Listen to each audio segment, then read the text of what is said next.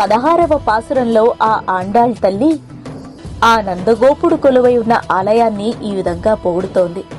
ఆ ఆలయాన్ని కాపలా కాచేటటువంటి ద్వారపాలకులని ఈ విధంగా కోరుతోంది. ఎలా అంటే, గోకులంలో అందరికీ నాయకుడైన నందగోపుని భవనాన్ని కాపలా కాచే ఓ భవన పాలక, మమ్మల్నందర్నీ లోపలికి పోనివ్వవా?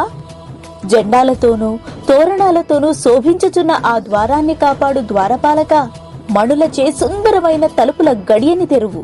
మేము గోపబాలికలం.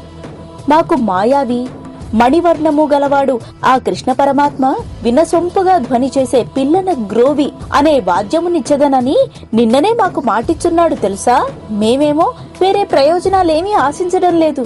ఎంతో పరిశుద్ధమైన భావనతోటి ఆ కృష్ణుడు ఎంతో తీయగా వాయించే పిల్లన గ్రోవిని వినడానికి, ఆ స్వామిని తనివితీరా చూడ్డానికి వచ్చాం. మరి ఆ శ్రీకృష్ణుడు మా కోసం పిల్లన గ్రోవి ఊదాలంటే లేవాలి కదా.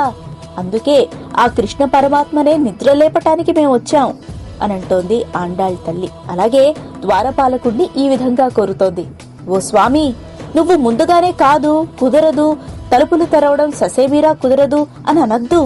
దగ్గరగా ఒకదానినొకటి బిగువుగా కరుచుకొని నిలిచి ఉన్న ఆ తలుపులని నువ్వే తెరిచి మమ్మల్ని లోపలికి రానివ్వాలి అని గోపికలందరితోనూ కోరుతోంది ఆండాళ్ తల్లి ఈ 16వ పాసురంలో. శ్రీకృష్ణుడు పిల్లన గ్రోవి ఊదుతుంటే ఎంత హాయిగా తీయగా ఉంటుందో ఈ పాసురం ద్వారా మనకు చెప్పకనే చెప్తోంది ఆ ఆండాళ్ తల్లి. ఇది 16వ పాసురం తాత్పర్యం.